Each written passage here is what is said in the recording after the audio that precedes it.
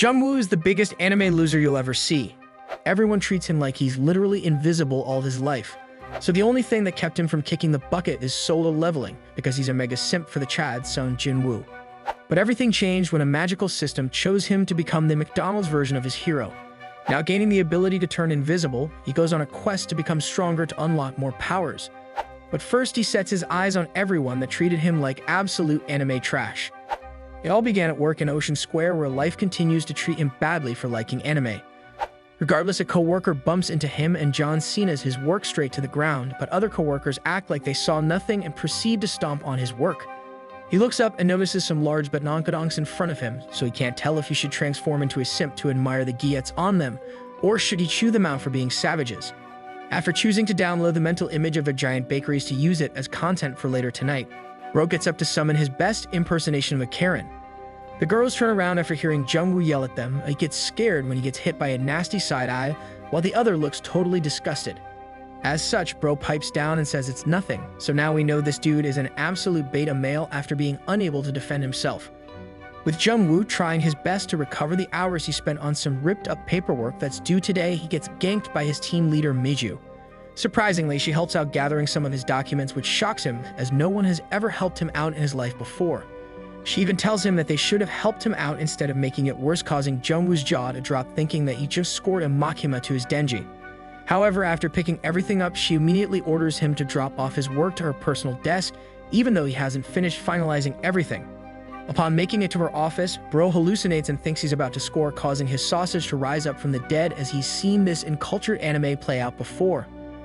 Unfortunately for Jungwoo, the turntables turn as it's revealed that he activated the trap card of Miju, and he just got totally baited by her. And to his horror, this wasn't just a prank, bro, so she actually rips up Jungwoo's month's worth of work in front of him while calling him trash. After ripping up everything, she hands him back his work while ordering him to finish everything by tomorrow, or he's going to get his butt fired from the company. To make matters worse, Miju gives him her Christmas stockings after they suddenly get interrupted by her assistant. So Bro gets humiliated even more in front of others. Nonetheless, he angrily heads back to his desk with stockings in hand, so he furiously searches up sussy anime without using incognito, while still on company time. Eventually, night falls, and since the deadline is coming up very soon, he's forced to stay back, but Bro gives up and throws everything up into the air. He notices that Miju had to stay late as well, so like a savage, he jungle ganks her from the mid lane, while constantly berating her for treating him so badly. Bro then loses it, so he goes for revenge while looking like a total psycho, taking a page out of his favorite anime he watches every night. Luckily, this was all a dream, so Jungwoo snaps back to reality and sighs, knowing that his life will be forever suck, and there's nothing he can ever do about it. And since he spent all his money on gacha games like Genshin Impact, he goes ham on his report, knowing that if he gets fired, he will turn homeless. Fast forward to later on in the night, Bro went to grab some energy drinks, but he catches his entire team out and about, so he sneaks around to find out what's going on. Turns out, team leader Miju and his entire team always go out on team dinners every day, where they purposely leave him behind without him knowing. As he continues to eavesdrop, Jungwoo learns that Miju already revealed his secret of being an orphan to everybody, and that Miju was the sole person behind everyone treating him like trash, since she thinks he's not her equal. Suddenly, a game-like system appears and notifies him that he has awakened as an outsider class after reaching his absolute limit of disregard. The system then starts engulfing his entire body, causing him to scream, so basically it chose him for being the biggest loser around. After screaming like a girl, even though he felt no pain, he accidentally drops his drink, causing everyone nearby to divert their attention to him. However, the team investigates the noise they just heard, only to find no one nearby, even though Jungwoo is clearly right beside them. Confused as to why no one can see him, a notification appears and informs him that he is now invisible. After learning that no one can actually see him, the Fire Nation invades his brain, causing him to look like the biggest ultimate sussy Becca, with crazy thoughts running around his mind. Back at Ocean Square headquarters, we find Miju running into another team leader who's revealed to be named Song Chiwon. She seems to be super nice, so that's probably why Miju looks like she hates her and has to act super fake around Chiwon, but we all know pros never fake. Nevertheless, after Chiwon leaves the building, Miju beelines straight to Jungwoo's cubicle, but she's unable to find him, even though he's already literally right behind her. Seconds later, Jungwoo flashes the biggest smirk of his life after running around her like a monkey, making sure that he's actually invisible, so now my sussy senses have begun tingling. So instead of robbing a bank or becoming a superhero, he chooses to use his first special superpower to get close to his team leader, and we can already imagine what's going to happen next. You're exactly right. Bro uses his invisibility to use a 5-finger discount on her twin pyramids of Giza and her hidden trove at the same time like a true menace. Luckily for her though, before Jungwoo could fully transform into the Korean Kevin Bacon, Chaewon shows up after hearing some weird sounds loudly travel to the elevators downstairs, so she asks if she's okay. After making sure she's okay and that no one else is around, Chaewon suddenly interrogates her about her team's work. However, Chaewon's face disappears after asking her why she's making other people do all her work, so you already know she's about to drop the justice hammer on her. But Miju just laughs it off and tells her to mind her own business, so to teach her a lesson while mid-conversation with Chaewon, Jungwoo starts grabbing her bakeries super hard in hopes of eliciting an embarrassing response in front of another teen leader. She's able to keep quiet and keep everything tighter than Iris Sama from Fire Force, but Jungwoo gets shocked after hearing Miju constantly throw him under the bus. Afterwards, Miju hurls insults after insults at Chaewon, even though the brunette only wanted to protect Jungwoo from his abusive teen leader since she knows something's wrong with Miju. Eventually, Jungwoo has heard enough, so he smacks the living heck out of Miju's large double whoppers, which sends her barreling face down to the ground. Finally, she gets a taste of her own medicine, so she tears up a little after embarrassing herself in front of Chaewon. But she's unsure of what's happening, so Miju comes to the conclusion that karma has made her way around. At the same time, Chaewon begins pitying her but starts scolding her in the name of the company, unable to believe that a leader would drink so much at headquarters while she forces the youngest employee to stay late to finish her own work.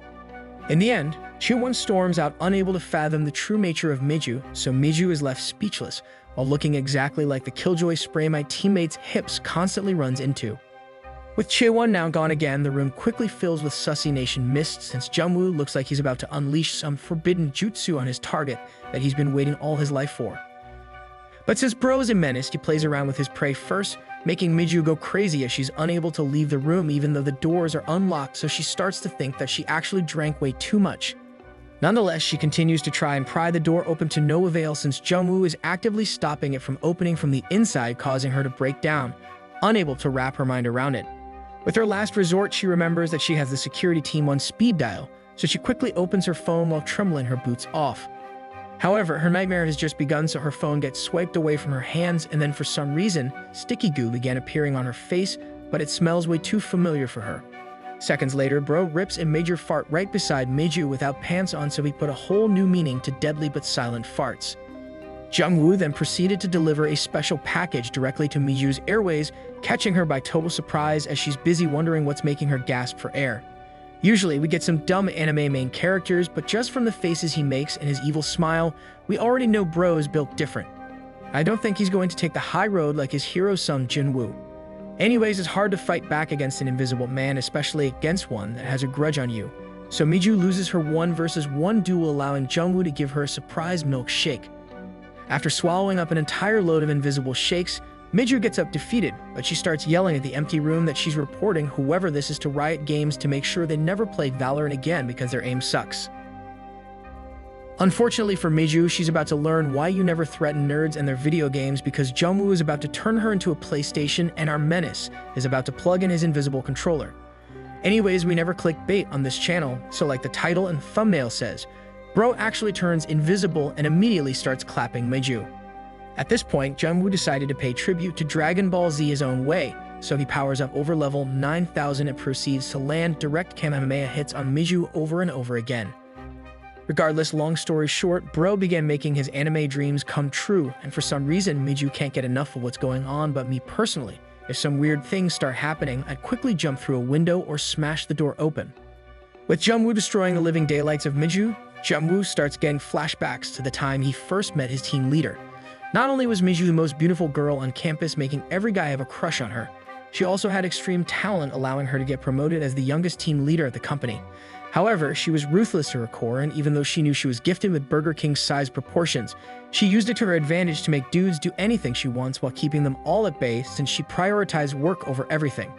But back to the present, loser Jungwoo is no more since he believes himself as the king bee that's now clapping a queen that tormented him the entire time he was stuck in Team 1. So just like Snoop Dogg, he puts the dog in her snoop with no care in the world, and the crazy part in all of this is that Miju is a psycho for loving every battering ram hit, so she quickly crosses the finish line. Suddenly, after Miju hit the climax of her mountain, Bro gets surprised ganked by a game notification alerting him that the time limit for Outsider mode has been reached. Mere seconds later, mist began unraveling all over him, causing him to slowly become visible again, but luckily for Jungwoo, Miju already passed out from her super-sensitive phase. Bro then breathes a sigh of relief after making sure she's actually knocked out cold, and since he didn't cross the finish line himself, Jungwoo decides to just head home and act like nothing ever happened. Fast forward to the next day, Jungwoo heads to work and hopes for the best that he didn't get found out, since there's going to be a Roblox update coming soon and he needs money to buy some new skins. With everyone treating him like normal, he thinks the coast is clear, but he suddenly gets ganked by Miju, who orders him directly to her office. Unable to make eye contact with him while still wearing the exact same clothes as the night before. Shortly after privately entering her office, she quickly turns around and starts yelling obscenities at him, calling him names like bottom fragger and dough fruit spammer. It was at this very moment Bro knew he screwed up, and so his life flashes before him, busy thinking about all the great times he spent on binge watching anime and listening to New Jean's performances. So with the jig being up, he knows it's all over. Another flashback occurs to exactly 1 hour ago, where one of the team members named Hina is surprised to see Miju up and early due to daylight savings. Hana is surprised to see Miju wearing the exact same outfit as the day before, and to every girl out there, it's an absolute crime for wearing the same thing, especially to work. But since she's the team leader, she shuts her mouth and says nothing. After Hana turns around, Miju begins freaking out since she just woke up after hearing Hana open the door, so her memories begin flooding back from last night. However, she's still not sure if everything was just a dream or if it actually happened, because she knows she drank a little bit before, but it's not like she went over her limit since she's a veteran after all. So back to the present. To find out the truth to what happened last night, she's decided to corner and gank the one person she thinks could be the culprit behind her crazy dream. Luckily for Jungwoo, he doesn't instantly admit to being the Invisible Man. Instead, he pulls off the biggest brain move of his career by turning the tables on her and acts like he has no idea by what she means. To make things even better for Jungwoo, his lies are proven right by cameras, since he's clearly seen staying back late only for him to disappear later, and there were no signs of him coming back at the same time as Chowon and Miju. Eventually, Miju gives up trying to interrogate him since his story totally made sense, so she lets him go and tells him that it seems like there was a misunderstanding, causing her face to be flushed with embarrassment. As such, Jungwoo excuses himself and leaves the room, but his smile tells it all.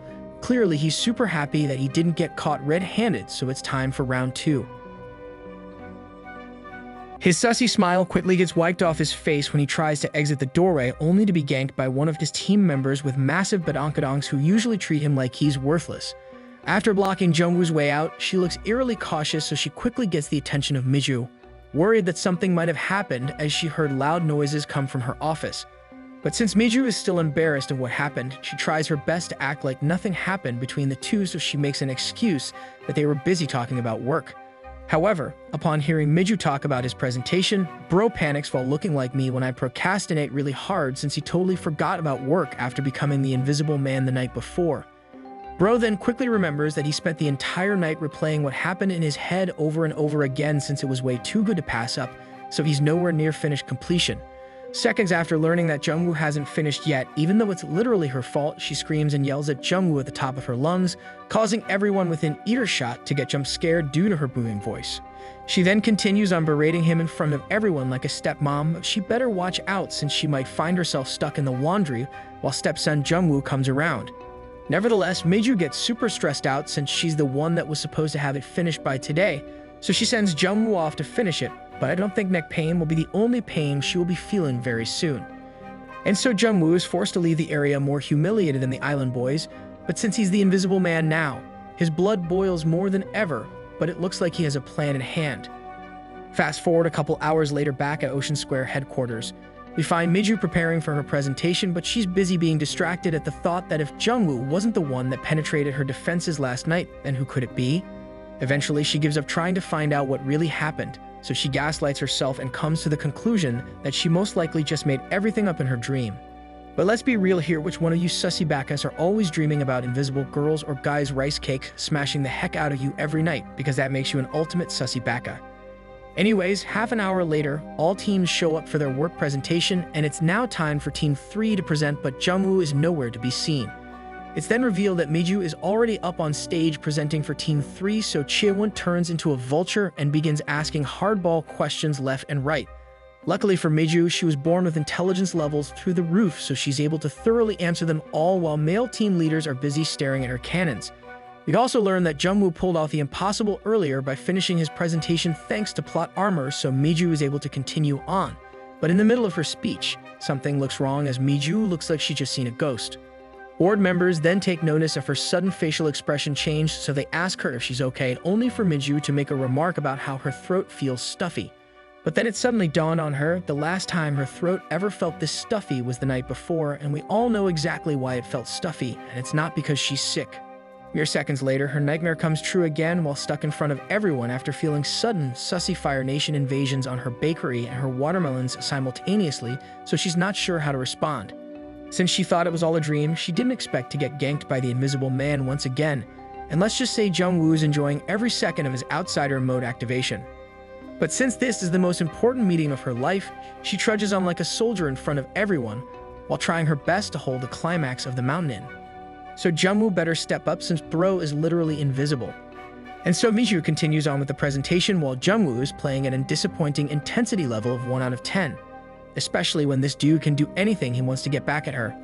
He can literally just make it seem like she's a psycho by removing parts of her armor in front of everyone, but I guess Jungwoo is small brain after all since he wants it slow and steady. Nonetheless, with Miju now halfway to completion of her presentation, Jungwoo moves from cupping to grabbing the personalities in front of him, then he decides to go for the garden down below.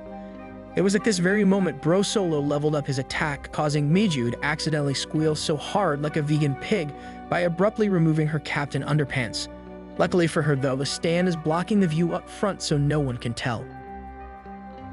The madman then follows up with a quick patented raise her diamond skirt up a little bit ability, showcasing some mad cake causing Miju to turn around, but much to her horror, she sees no one behind her. With Miju's bakery now primed for a quick jet entry, Bro whips out his nether dragon and slides it beside her garden, causing her to accidentally make weird primal sounds, making the audience ask her if she's okay.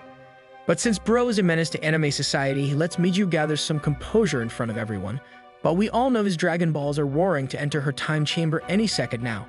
Regardless, Jungwoo continues to laugh to himself like an evil villain, busy thinking to himself that it would be no fun at all if he made her downfall quick and easy like Nadia from Call of Duty. And so Jungwoo allows her to continue on with the presentation minute by minute, but as she continues on, he keeps sliding his lightsaber right outside her starship in between the legs. In the end, Miju completes her presentation and she ends up getting a standing ovation due to too many simps, causing Chiwon and Jungwoo to not be particularly pleased. We already know Chiwon is seething inside. The horde of simps then gather around outside to talk about Miju, where they thought something was different about her today, but Jungwoo takes advantage of this intermission to sneak out again. At the same time, Hana ganks Miju to congratulate her on the presentation, but Miju just shrugs off Hana before she could even finish her sentence, as it looks like she really needs to drop a number 2. After finally making it to the bathroom, she sits down on her throne to try and comprehend what just happened, since she doesn't believe in the supernatural, but she did in fact feel a sausage right by her patty. But then the sussy turntables turn when we discover that her special starship is leaking like a waterfall, so she tells herself that she can't believe that a thought of an invisible man is making her batteries turn on more than a Tesla. And the worst part in all of this is that she's not even Android 18 from Dragon Ball Z, so there should be no feelings involved at all, especially when it's not Krillin rizzing her up. As such, she takes the sussy matters into her own hands, so she goes ham like spam while on her throne, since the invisible man teased her too much and now she needs to cross the finish line herself. However, Miju fails to take into account that her mysterious invisible man could have been following her the entire time, so Jungwoo is able to watch her transform into an ultimate sussy baka. Suddenly, Miju hears a voice whisper to her ear that if it's his fault she's acting this way, then it's time for him to take responsibility, causing her to abruptly stop being a sussy master. She then attempts to ask the air nearby if there's anyone here, but she receives no response, so let's just hope her throne is squeaky clean, because things are about to be dirty as heck. 1 second later, all hell breaks loose for Miju when she finds her robotic legs swing wide open like my omen, and then she starts feeling an invisible hot dog making its way inside her own buns. Meanwhile, Jungwoo is super surprised and ecstatic that his Costco jumbo hot dog easily slid in deep within Miju's starship, since it was already more wet inside than a great flood from Noah's times. Bro then asks Miju out loud if she's a pervy sage apprentice, since what kind of person would go to their work bathroom to relieve their super sussy nation desires while still on company time. Upon hearing the invisible man's voice again, she yells at him, claiming that she knew he was a person the entire time, so she threatens him to stop or else she will scream like a hyena from One Piece. However, Jungwoo flashes his signature smirk and urges Miju to do it, knowing that if people came rushing to her rescue, that it's pretty much her downfall, as no one would believe that an invisible man could be real. Bro then makes a good point to Miju, calling her dumber than your typical isekai main character, as the only thing people will see is her being in a sussy position on her throne. Now speak of the devil. After telling Miju to think logically, two girls walk in to wash their hands, so Jungwoo laughs and tells Miju to do it while whipping out his thrusters, ready to go as fast as the Flash within her leaking spaceship. With Jungwoo now going Super Saiyan on Miju, she tightly holds on for the wild ride, not wanting to make a sound, while the girls outside began gossiping about the team leaders. These girls must be deaf, since there's no way they can't hear loud smacking and squishing sounds, so the plot armor thickens while we learn that Chilwon is actually the daughter of the CEO of the company. At the same time, Jungwoo looks like he's breaching and entering the perfect spot over and over again, so it's only a matter of seconds until Miju loses the duel. With the girls still inside doing their crazy anime makeup, Bro goes even harder than a sweaty Fortnite pro using his default skin pickaxe inside Miju's treasure trove, trying to make sure she passes out just like last time. Eventually, Bro feels the starship in front of him collapsing its walls tighter and tighter than Donkey Kong. So the savage removes Miju's hand muffles, knowing that she's about to cross the finish line. The girls outside instantaneously turn around after hearing Miju's voice escape through the stall, unable to be quiet even if her life depends on it due to the sheer force the invisible man is using to plow the field with right now.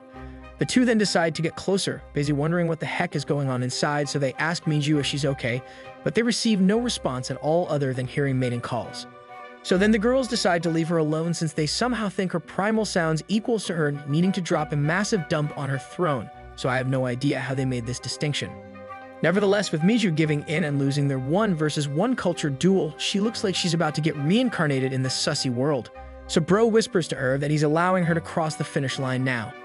In the end, the girls leave thinking that Miju is about to drop some massive bombs, so they don't want to smell any of it, but in reality, she just hit the climax of the mountain, making her look like she just got rocked by an earthquake. Regardless, Miju is left shaking and trembling on her throne, busy muttering ancient English with a London accent after getting absolutely destroyed by the invisible man. After completing his mission, Jungwoo reminds her to never mess with him again, or she knows what the consequences will be, so he leaves the stall, leaving Miju behind without looking to see if there's anyone else outside. However, as he leaves and closes the stall door behind him, his magical mist disappears from his body, causing him to return back to his visible self after reaching the limit of his outsider activation mode. Unfortunately for Jungwoo though, he doesn't realize that Hina was in the bathroom stall right beside them the entire ordeal, and somehow she had some amazing timing, so she was able to see his face as he left the bathroom. Fast forward to later on during nightfall, we find Jungwoo walking around the city trying to figure out what to do with his newfound powers and abilities. But the first thing that comes to mind is him not getting caught every time he wants to get revenge, so like a true sussy Becca, his hidden dragon instantly grows after thinking of team leader Miju. Eventually, Bro comes to the conclusion that he can literally do anything he wants now, so it's time for him to become stronger so he can change his life forever. Plus, he can buy unlimited skins for any game he wants now. Nonetheless, he decides to keep working for Ocean Square as a low-level employee when he can literally become a billionaire if he wants, and it's all because of revenge. However, as Jungwoo continues to walk around busy brainstorming on all the things he could do by going invisible, he's unable to detect the fact that someone has been tailing him the entire time. Fast forward a couple days later, Jungwoo is being chilling at work, but he's super tired after being assigned so much testing to do for an upcoming project. He's also been testing his superpowers while outside work, so he's able to figure out that with his current skills, outsider mode can only last for around 2 hours until he gets stronger. And since it's still level 1, he's been trying to figure out ways to level up, but nothing seems to work, and he really wants to reach level 69 as fast as possible. Regardless, Bro goes back to work and snaps back to reality, but it's been a few days already and he still hasn't seen Miju go to work, so he asks the assistant leader what's going on with her. But Glasses Nerd just looks at his direction and then proceeds to stare at him for a couple seconds before saying nothing and outright ignoring him, treating Jungwoo like he's invisible. As such, Jungwoo realizes that everybody in this office always treated him like trash, so it's time for him to take revenge on every single one of them, one by one. But as he continues with his evil villain monologue inside his head, Bro gets ganked by Hana, who comes by to personally tell him that Miju has been taking the days off since she's not feeling well. Jungwoo then thanks her as no one really comes by to talk to him on purpose, but she follows up by asking Jungwoo if she could privately see him for a moment. Things then escalate weirdly super fast when Hina goes on her knees and flashes some fat badonkadonks and jiets once they got some alone time. She even gets super close and whispers to him to stay strong, while urging him to come to her if anyone mistreats him at work, so she's acting a bit sus.